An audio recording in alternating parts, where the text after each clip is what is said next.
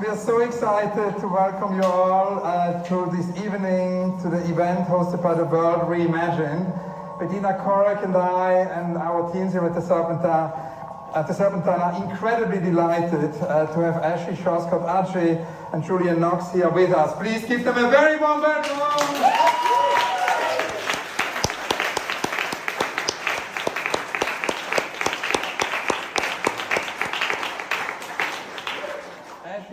Adjaye is the Artistic Director of the World Reimagined, the UK art education project focusing on better understanding our shared histories to make racial justice a reality. And we're going to hear in a minute from Ashley more about this amazing initiative. We'll then hear from Julianknxx, who is a poet, a visual artist and filmmaker whose practice explores themes of inheritance, loss, migration, belonging, and their effects on personal and interpersonal narratives.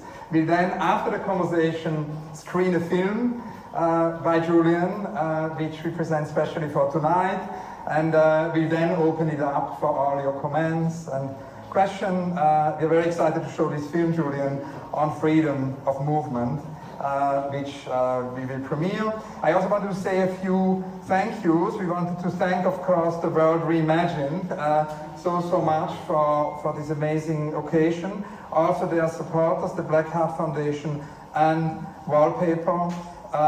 Bettina and I and our teams also want to thank, of course, Ashley and Ashley's team, the co-founders of the initiative, Michel Gade and Dennis Marcus, as well as also Laura Marcus, Melina Bach, Sahar Beat, and as well as also the consultants, Priya Palak and Debo Amon. We're also so grateful to the Serpentine team, to Freddie Huntington, to Jordan Page, Mayumi Tomita and Jamie Kodera, who worked on tonight's event.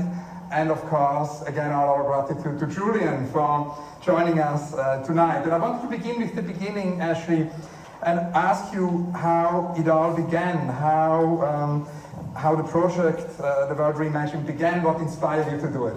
Thank you so much, Hans, and thank you everyone for coming here, being here today, and supporting us in this very ambitious initiative. We at the World Reimagined are so grateful to the Serpentine. We're so grateful to Julian. We're getting a little feedback.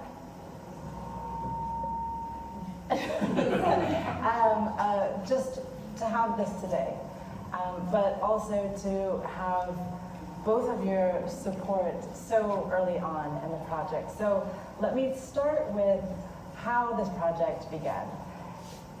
Dennis Marcus and Michelle Gale had a conversation one evening. They have wildly different backgrounds, but they both felt that it was unfortunate that the history related to the transatlantic trade in enslaved Africans was not taught in schools. There was no public discourse about it, and they felt that this was a loss for the public, and certainly a loss for their children. And so they thought, well, what can we do as two concerned citizens and individuals? How do we bring this into the world? And so they started to think through what that looked like. They knew very early on that they wanted to do that through art. They felt that art had the power to bring people into the discussion, not to alienate people, to ask the questions, to give the space for this potential project to open up into the public. And ultimately they landed on sculpture trails. And they were particularly impressed with how sculpture trails functioned after the Manchester City bombing, where there was so much trauma. There was a real sense of fright and loss in Manchester. And that city was trying to figure out how to rebuild the social fabric. And this helped in that process. So they felt that they could bring this to this very sensitive topic of this history. And so that's kind of how far they got. And they were working through what's the next steps. I met Dennis at an event, and that was the 25th anniversary of the murder of Stephen Lawrence, which was a racial attack. And so at that event, you could feel the history that was related to this very topic. You could feel the legacy of this history of the transatlantic trade in enslaved Africans. And so a year later, this is the long version, I don't tell short stories. A year later, Dennis came to me about the project, and that's when I said, okay, it's interesting.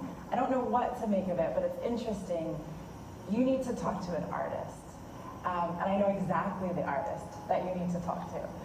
Knxx, CBE, RA. Can we please give him a big hand?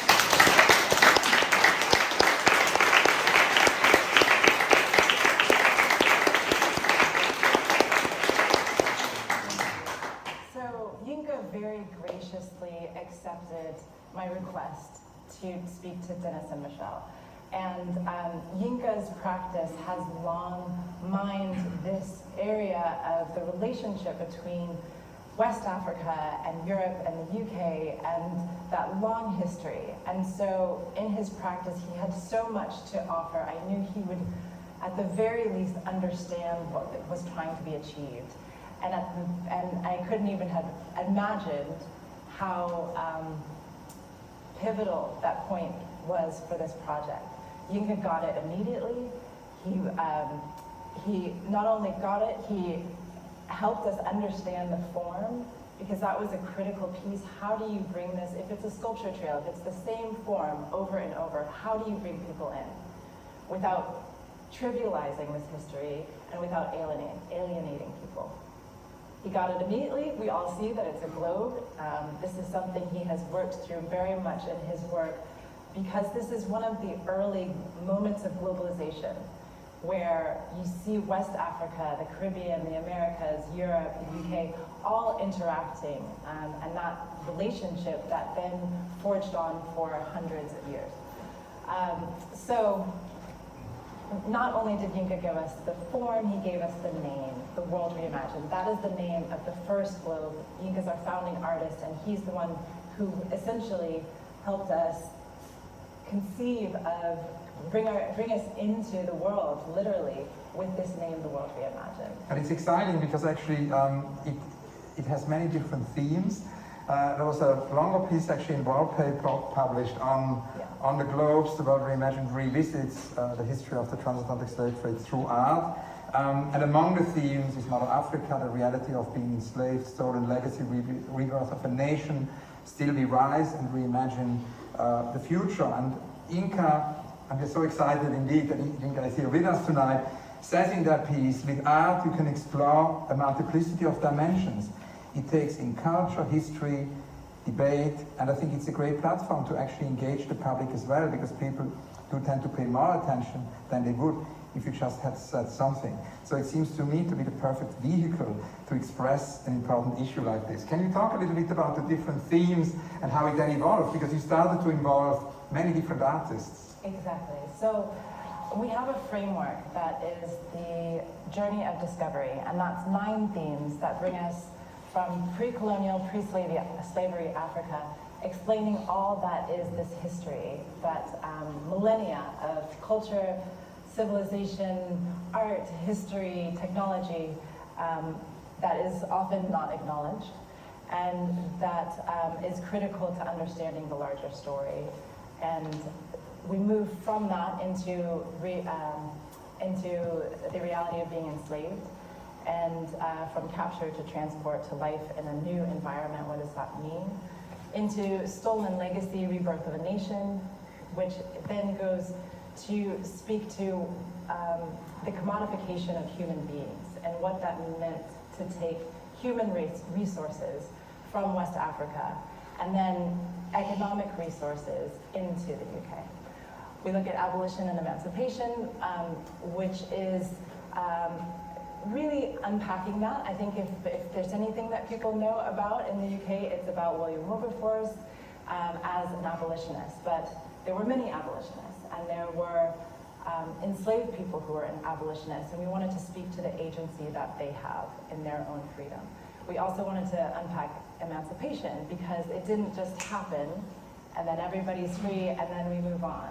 It was a very slow process, and what it meant was really challenging for the people involved.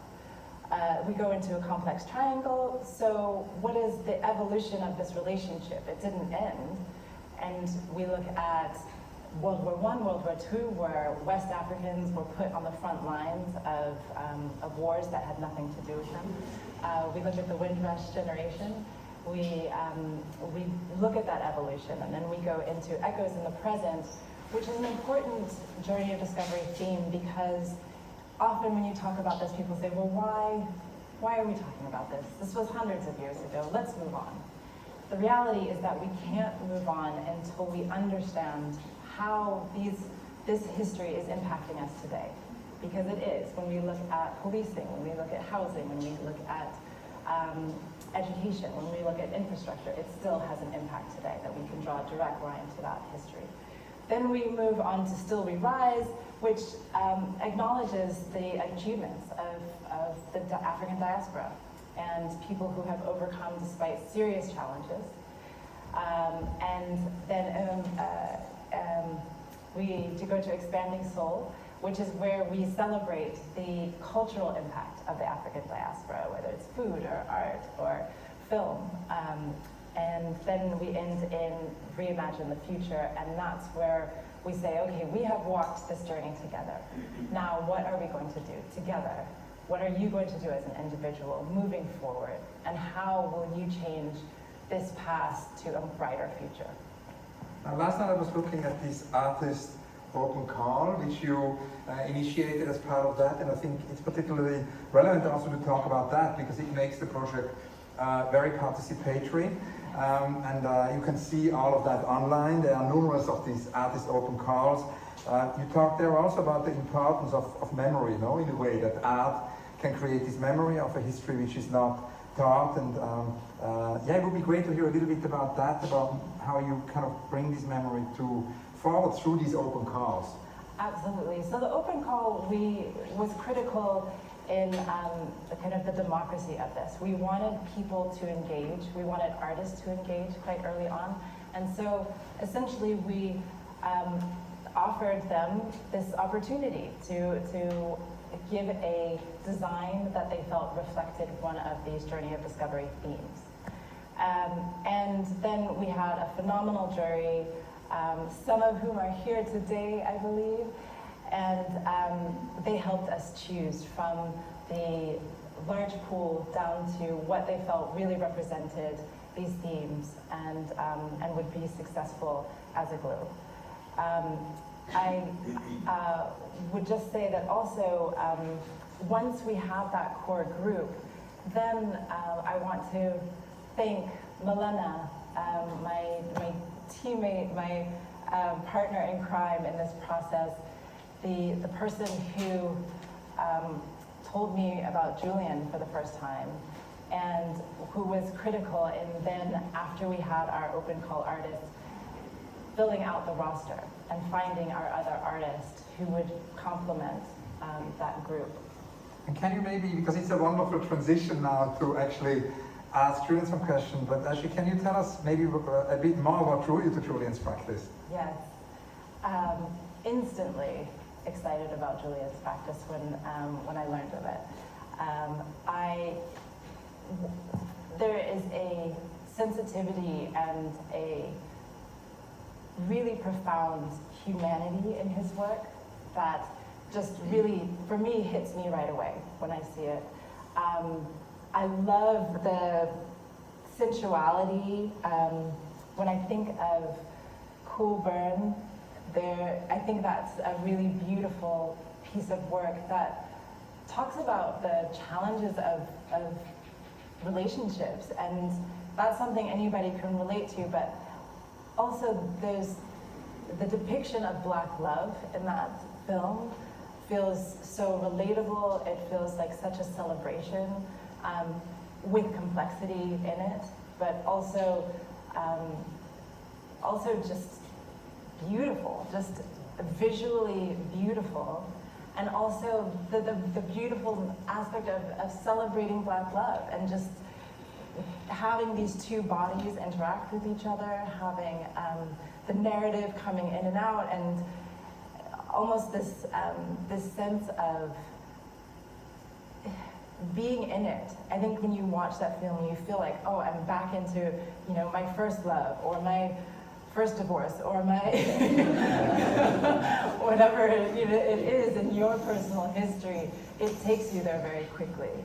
And in other works, again, one of the things that I find really beautiful also, and I hope you get a chance to talk about this a bit, Julian, is your experience as someone who's from the continent, who has this relationship to the UK, and then who toggles between the two. As someone who is from America, part of the Black diaspora, the African diaspora, who is toggling between the three really, and has landed in West Africa as a home. I love the depiction of what Africa really is. I think we have a lot of versions of what is either glamorous about Africa or what is tragic about Africa, but depictions of what Africa really is right now, we need more of. And I think that's where Julian's practice becomes really important in that larger discussion about where we are today. So. Thank you. There could not be a more wonderful transition. Thank you, Adjaye, because actually that's already the first question, really. I would say for Julian. Yeah, maybe you could talk about what Adjaye just said, the depiction of what Africa. Yeah, firstly, thank you to everyone that's here and for having me. Like, I'm looking at the audience and I'm seeing my elders, and I'm like super grateful. Like, almost nervous as well, nervous. But yeah, so I guess for me, I encountered art when I came to England, and an art in the sense of like going into a gallery, and it's quite late, like very, very late. And this was, dare I say, this is probably like not even 10 years ago that I started entering into like art spaces and like really engaging with works. So my sensibility to, I guess, art making or storytelling came from Sierra Leone. So I was born in Sierra Leone, and after the war, I moved to Gambia, and I was about 10 years old then. And then lived there for 5 years, and then moved to England. So I guess half of my life is spent, you know, in West Africa. So I guess the question is what drew me to art, or like why I make art in a sense. For me, it was a place of like comfort in a sense of how do you spend time with yourself when you are searching for identity, you're asking questions. How do you put that out? So I started writing, and the closest kind of example I have for this was poetry or rap. A terrible rapper, so people they were drawn to the poetry and they encouraged me to do more of that. And with the poetry, it was more, that also drew from the stories that my grandma would tell me. So going back to that comfort thing, my grandma was the first person to sing a hymn to me or to tell me a story. So those are the places that I drew from in telling stories. So hence why I guess Africa home plays a big part. And also my uncle recently, when I started making art, he was just like, Julian, you can't think of the globe without thinking of Sierra Leone. Sierra Leone is in the center. That blew my mind. That gave me validation to start telling the story from home. And because, you know, Sierra Leone is a very small country in West Africa. So when you look outward, trying to see yourself in these stories, yes, there are Black stories, and yes, there are African stories, but specifically Sierra Leone, you don't see much. So when my uncle was like, you can't think of the globe without thinking of Sierra Leone, that blew my mind. And then he introduced me to Glissan, and he was just like, you have to think of your locality, Julian. So yeah, so these things, in everything I make, I then start from that place, to think about my grandma, what comforted me, and also how I'd speak to my younger self that didn't go to art school, didn't study art, and now I'm here in a weird way, figuring it out. Yeah. And can you tell us what you did actually, the sculpture you did for the World Reimagined? Because I think it's interesting that this project, as actually described, really starts with art and puts art center stage. And I saw a great conversation online with you yesterday, actually, where you talk about the role the artist can play. And of course, memory, as Ashley said, is so relevant. But you also say it's about questioning things. It's also about presenting what else could be possible. It's about looking at things differently. And it's also about playing with serious ideas, playing with things that people hold sacred. So maybe it'd be nice to hear more about that and what you actually did for the World Reimagined. So my theme was the last one, the Reimagine the Future. It is. Yeah. And it's called What's Left of Us, which is a line from one of my poems, We Are What's Left of Us. And you know, what do you do when someone gives you a globe that's made by Knxx? How do you imagine that? So then, for me, it was just how do I think about the future? And I've got a series of work that I'm making called After the Ocean. So automatically, I was drawn to the idea of, okay, how can I do with the ocean, and how do I play with that? And then there's this. There's a line from Jay-Z, no, not Jay-Z, sorry, Frank Ocean on Oceans, where he said, this water drowns my family, this water makes my blood, this water tells my story, this water knows it all. And that was just like a perfect place to kind of like, to jump off from. So then it was just like, okay, cool, what do I do with this water? And then when you think about the water, you think about the globe, you have to think about borders, you have to think about how the good thing, the thing that keeps us here, is the same thing that we use to separate ourselves. So then I was just like, maybe I should take it away. So then you're then left with this rock. You then now have to like question, you know, what's left of us, in a sense, what we do with the water. And if you look at the water at the same time, you have to think about what's at the bottom of the ocean. And with that, you also then see the way we've been treating the planet. So then, yeah, that was like a big question for me of like, okay, what's left of us? So to think about the future, you have to think about where we are now and what's left of us. So that was that's how I got there. Thank you. And you mentioned poetry, and actually, that was also our first conversation when we met maybe 3-4 years ago at 180. We had a long conversation on poetry, and indeed a lot of your work is very much influenced and rooted also in poetry. You also told me that the film, for example, the film we're going to see in a few minutes, and all the other films are deeply rooted and influenced by poetry. Can you talk a little bit about that? So in terms of like art making, or I guess presenting ideas, poetry was the cheapest and easiest way to do that, but also very concise.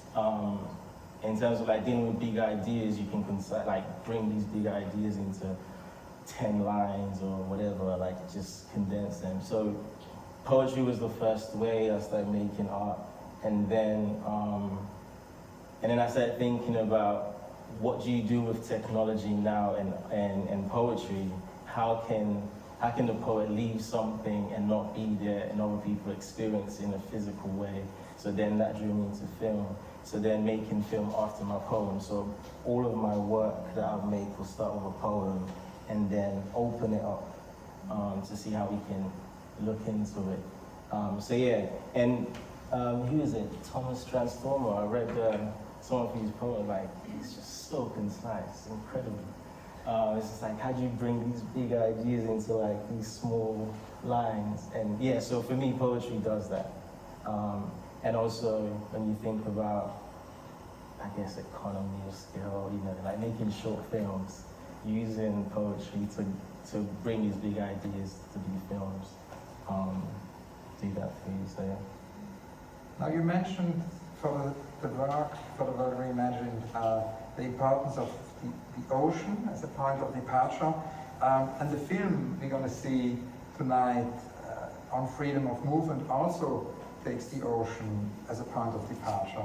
Can you talk more about that, the connection to the ocean, and then maybe about the film we're going to see? Yeah, so going back to this idea of this water tells my story, this water mixed my blood, this water knows it all. It's a great line for Frank Ocean.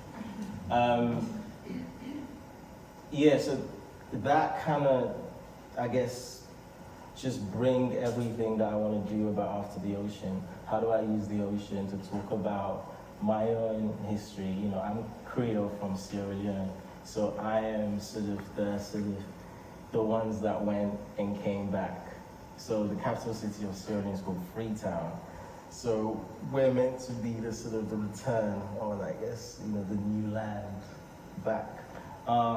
So I can't think of the world without thinking about the ocean with me, and all it plays into my histories. So with this work, it was commissioned by ODI in collaboration with Labrum. Labrum is a fashion brand from England, and he's a good friend of mine. He's here somewhere, he's making incredible clothes. But ODI is an NGO, the research organization. They have this amazing research on refugee that they presented to me, and just thinking about ways in which we sort of call people refugees who, when you actually do the research and think about it, a lot of these people are contributing to the economy.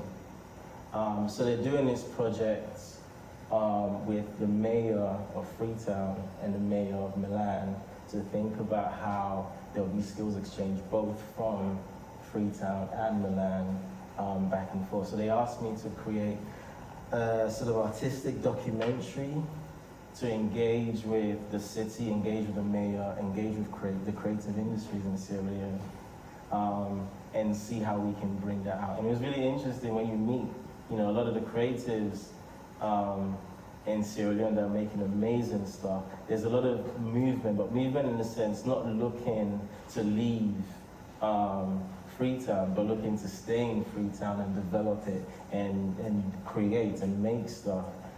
So that was really interesting for me, where from outside you have these dialogues of like, oh, you're a refugee, why are you coming into my country? But then from that part, there's a real celebration of people who are both there and also coming back to make really beautiful work. And I was really drawn to it. And the mayor is incredible too. The mayor was, yeah, you hear her story. You mentioned Glissant, one of our favorite topics, and of course, Glissant plays also a role for the World Reimagined, because if you think about the globes, they're actually, as you often said, they're a form of public art, and Glissant often talked about the idea that we need to find ways how to bring art into society, not just have it behind doors, but actually bring it to the people, and the globes are a wonderful way of doing that. But Glissant plays a role in many ways for your work. Also, of course, you mentioned pluralization, and I had long conversations with Glissant. He actually came here to the Serpentine when we invited him, and he said he would be happy to perform in London, but it would have to be with Linton Kwesi Johnson, and so that amazing encounter happened, and so it was exciting actually to have Linton Kwesi Johnson back in at the Serpentine a few weeks ago. And in that conversation, Glissant talked about utopia as a place where all the world's imaginations can meet and hear one another without actually dispersing or losing themselves. And that, he said, is utopia. You've expressed interest also in that idea, and Glissant is important for your films, your poetry, so it would be great to hear a little bit more about that. Yeah, so he kind of plays this role also on validating the work that I make, in a sense of like him saying that you can think with your locality, you can think from where you are to think with the world, and this idea of creolization. So I was very interested in being Creole from Africa, and this guy from the Caribbean speaking about this idea of creolization. Then this is just like me just reading this thing, and I was just like, oh, this is amazing. I can relate to this. I'm Creole from Sierra Leone, and then when you look at the Creoles, apparently it's from the word Kriokerayo came from a Yoruba word called Akiriyo, so aimless yet satisfied wanderers.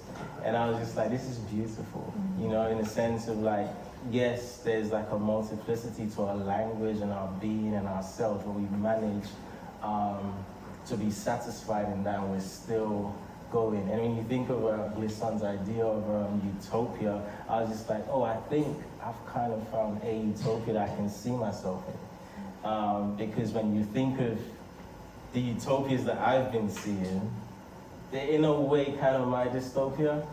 Like I don't exist in them, that I'm not being looked for or think about. So this idea of like thinking of utopia as like an ongoing thing where you can still retain your identity, but you still open yourself up to other possibilities. Yeah, I was just like, I'm down for this, and this is a good way in making work to think about, you know, what can we think of ourselves in the future, and how can we, you know, be together. So taking out the water was like a good way to think about we're all in the same rock together. Thinking about the future brings us back to Ashley, because I actually wanted to ask you a little bit about the future of the World Reimagined. And it's interesting because Glisson also, of course, talked a lot about mondialité. That's another toolbox in a way, and he says we live in a world of globalization and homogenized globalization, as he described, related to continental thinking, leads to the environmental disaster, leads to extinction, and leads to the disappearance of many things. At the same time, he always predicted a counter-reaction to globalization, which would be new forms of localism, which then from the Bernard Stiegler to say the question is how can we be local without being localists? And I think all of that is super relevant in relation actually to your initiative, because it is in a way an initiative which is deeply local, but is also deeply global, and in a way seems to very much reflect on this mondialité of Glisson. And I was also thinking, I mean, it could be urgent to do this project in many different other countries. Can you tell us a little bit about that and about the future? Yes, well, thank you for that question. We didn't build this as a forever organization. We had an idea, Dennis and Michelle had an idea. That idea became a project, that project became a charity, and now we have the artistic division, we have the community division where we're really exactly what you're talking about on the local level, working with organizations that are doing racial justice in their communities. And so we have community coordinators who organize locally. We also have the curriculum, which is our learning program, and we have our heritage collection, which are images related to this history. It's a collection, a large body of images related to the journey and discovery themes.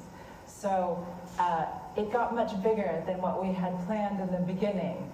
And to that point, now it seems that really we've created a platform for this history and this discussion. And so I'm so excited that we have artists like Julian, like Yinka, like Nicola Green, who are sitting on that platform, giving their perspective on this history. Because we now have built this, it does make sense to bring it other places. As you talked about mondialisation, this idea of being in the US, for example, in America. This is such a big part of American history. I think this could adapt there. I think when you look at the Caribbean, when you look at West Africa, when you look at France, when you look at so many countries, there was such a global shift that this could be many places. And unfortunately, because there are so many stories of, so many histories of the commodification and the abuse of people, that we have many places to take this.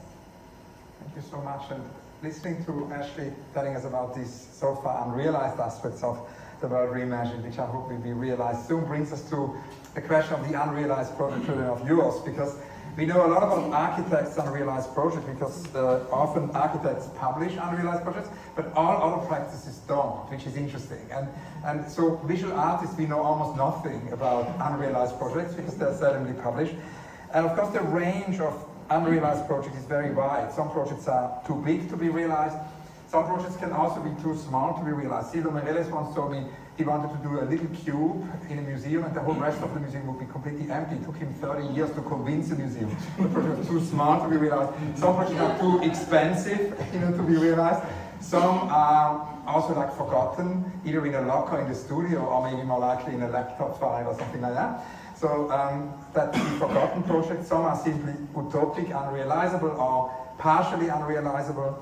Then of course there is censorship. Projects can be unrealized. And then Doris Lessing always told me when I visited her that she believes an important category is also the projects we want to do and so far haven't dared to do. So that would be self-censor project. And then there are also simply the projects which are too time intense to be realized. Certain projects would take a century to be realized, so that's another category. These are just a few, there are many, many more. So it would be great to hear about one or two of your favorite unrealized projects. So the last time you asked me this question, there was one that I was working on called Global Chorus, where I'll be going to different countries, and as a way into these countries, I'll be working with choirs in these countries. So using music and choral music as a way in to access the diaspora. That's been partially commissioned. So I'm doing Europe, and that's going to be, I think I can say this, next year at the Barbican, the Curve. So hopefully that one will be there. But there's still the other part of it. So that's, I guess, one is like, what do you do? How do you look at the globe? How do you look at the whole world? And like thinking of the diaspora and using music as a way in. In terms of another, unrealized project, there's a project that we started thinking of at the studio. It's called a Breathing House, where we take over this townhouse. We almost did it, but COVID happened. We take over this townhouse and invite other Black artists to come into this house and think together what it is to breathe now. What does it mean to be alive right now? And what will a Black home look like right now with artwork and sound and installation and everything, but also in an event space. So that's one unrealized one. There are tons, and I can go on. Thank you so much, Ashley and Julian, for this wonderful discussion. Thank you very, very much.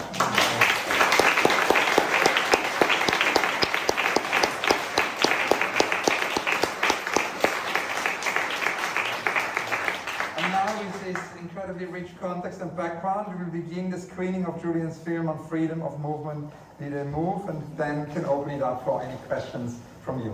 Thanks again.